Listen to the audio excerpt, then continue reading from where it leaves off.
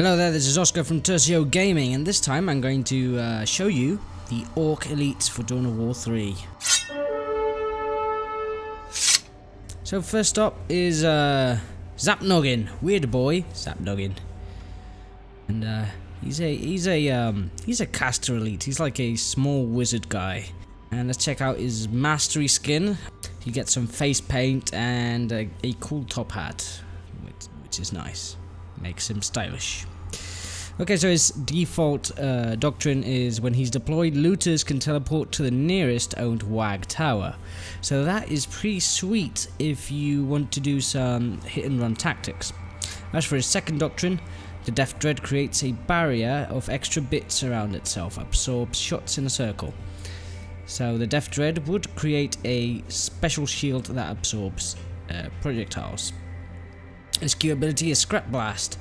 Zap Noggin fires scrap shards in the target direction. It also improves the defense of your own units that it hits.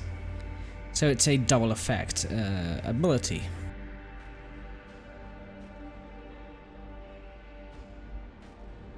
His W is Here We Go. Zap Noggin teleports to the target position, causes damage over time in a circle. Upon completion, he teleports the rest of his units to the area. Here we have the demonstration on video. He's doing a channeling effect there, and once that channeling goes all the way, he teleports the boys that he had around him. So it's pretty sweet for some ambushes.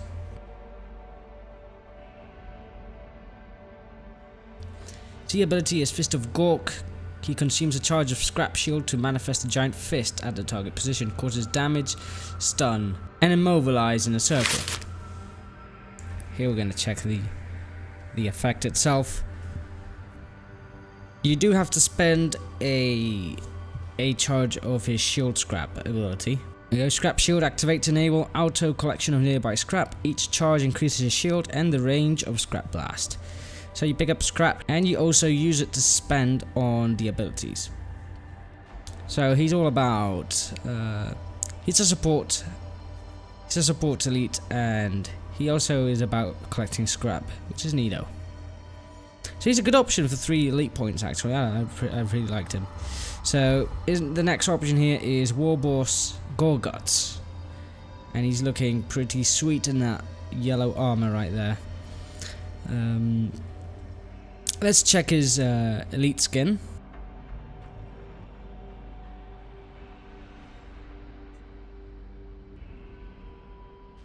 You can see he gains more spiky bits and flame stuff adorning his armor. Nice. So his doctrine is WAG heals in addition to its usual effect. Pretty nice if you have wounded orcs and you want to WAG them in the middle of a battle. And his second doctrine is units ejected from the truck gain a temporary shield and taunt in a circle. So that is nice if you have melee units and you want to taunt the enemy's range units.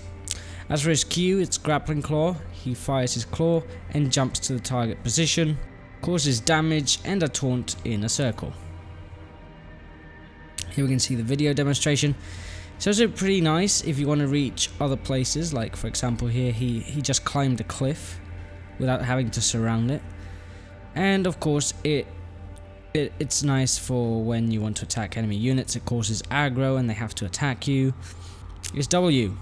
Spinning Claw.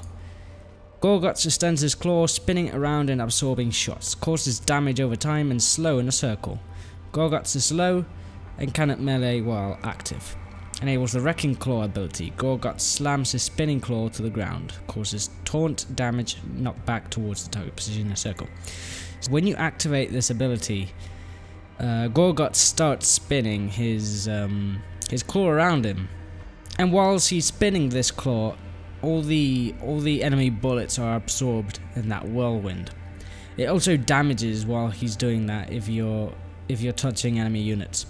But if you press the key again while he's spinning, you can slam the claw to the ground, causing taunt, damage, and knockback. In the second demonstration, we're capable of seeing it here as he approaches with his spinning claw. So the first phase of this ability, you want to use it to approach enemy shooters because you absorb the bullets, and once you're close enough, you press the ability again to slam them down, and that's when you charge in with your melee boys to take them out. As for his passive, is Dirty Fightin'. Gorguts crushes opponents with his claw, causes damage, and reduces damage output in a circle. In Critical Strike, Gorguts delivers a powerful blow every 6th melee attack, causes damage in a line.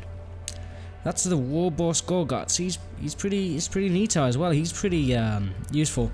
I really like his W ability, and his Q is pretty nice if you want to escape. So the next elite unit is Big Mech Huas Makka, and this is a support elite. His first doctrine, the Scrap Turrets. When Huas Makka is deployed, wrecks left by your units are temporarily upgraded into Scrap Turrets that automatically engage targets. Now these things, he actually turns scrap into like mini towers that shoot little bits of scrap. So you can turn enemy vehicles into turrets that attack the enemy forces. His second doctrine is Scrap Sight. Destroyed structures, vehicles, and squads temporarily provide vision in a circle around their last position. So it also enhances scrap which is thrown on the ground, giving you vision. As for his Q abilities, the Tractor Beam. Huas Makka attaches his Tractor Beam to a target, grants a shield or damages and slows. Reactivating knocks back the target to Huas Makka. If you lock onto an enemy target, it's going to damage it and slow it. If you lock onto an allied unit, it's going to shield it. Now if you press the Q ability again, what you're going to do is track them back to you so you can take them out in melee combat. It's a standard damaging ability, but here in this example it's pretty nice because that enemy unit was trying to escape, but he just tracks them back. And you can also use the Tractor Beam on scrap piles to launch yourself towards them. Which W is Orbital Scrap. Huas Makka calls in junk from orbit, generating scrap and causes damage in an area.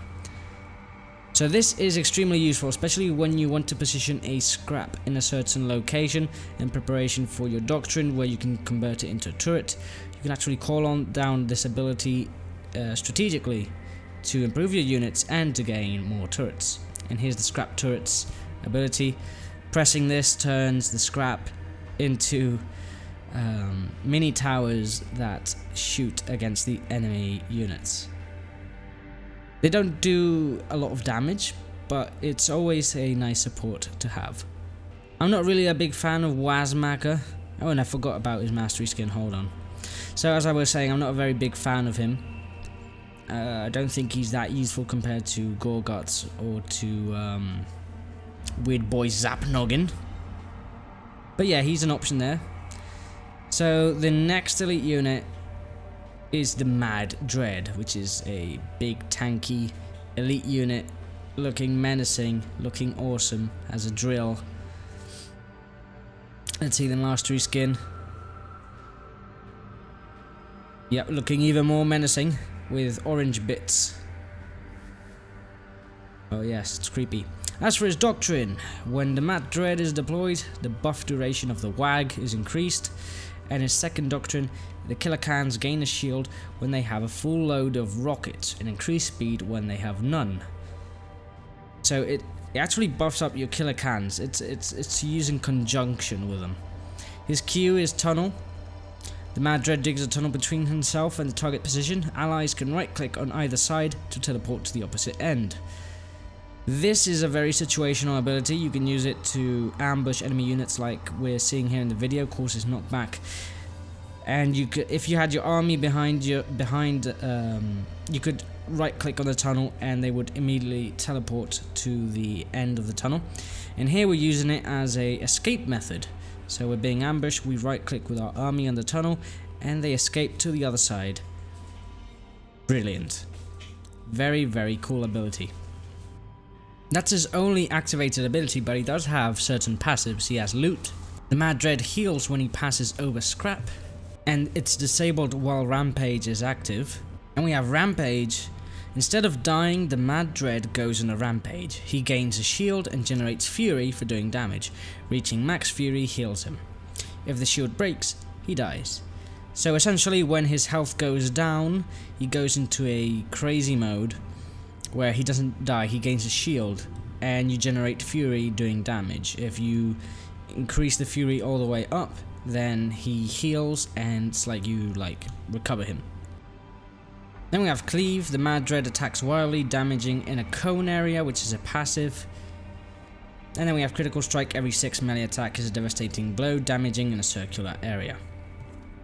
So not much micromanagement with this elite unit. So if you're a bit clumsy, pick up the Mad Dread. He only has 1 Q ability. And the last Orc elite unit is the Beauty da Morkanaut, which is the heaviest one for 9 elite points. She is looking beautiful. Let's have a look at the Mastery skin at level 9. With more spiky bits as usual. Usual Orc decor. And we also can see the DLC pre-order skin, which is the Big Custom. Which in my opinion is my favourite skin of all the pre-order ones. Just look at that with all the flames coming out of everywhere. It looks really awesome. As for the doctrines, when Beauty is deployed, Gretchen repairs significantly faster and the target takes reduced incoming damage. So very good if you're having a heavy mech army. And custom force fields, the WAG towers spawn a barrier that absorbs shots while the WAG ability is channeling. So that is pretty neat if you're under attack and you can activate the WAG towers while protecting your own units. As for the Q ability, the custom force field, Beauty creates a force field that absorbs shots, causes damage over time in a circle. Enables the Mega Blast ability, and each shot reduces the health of the main shield, but spawns a smaller force field on impact. So basically it's a shield that absorbs the shots, enemies that go inside get damaged, and it's very useful for the elite unit survivability. You can move while you have the shield, so it's really neat to actually keep advancing. And if you pick up some enemy units on the way, you can even damage them. And if you use the Q ability again, you can spawn more barriers for your units. This is an astounding and extremely useful ability. You should be using your Q ability as much as you can. As for the W, is the Rocket Fist. Beauty fires its fist at the target position, causes stun and damage in a circle. The fist can be recalled, knocks back all units it passes through to Beauty. And one thing to note is while the fist is launched, you cannot attack with your melee attack, so you have to recall it back. But recalling it back recalls also the enemy units that you hit, so very nice if you want to finish them off. Here we have a second example. This time targeting our own units. We recall and we call back our units to safety.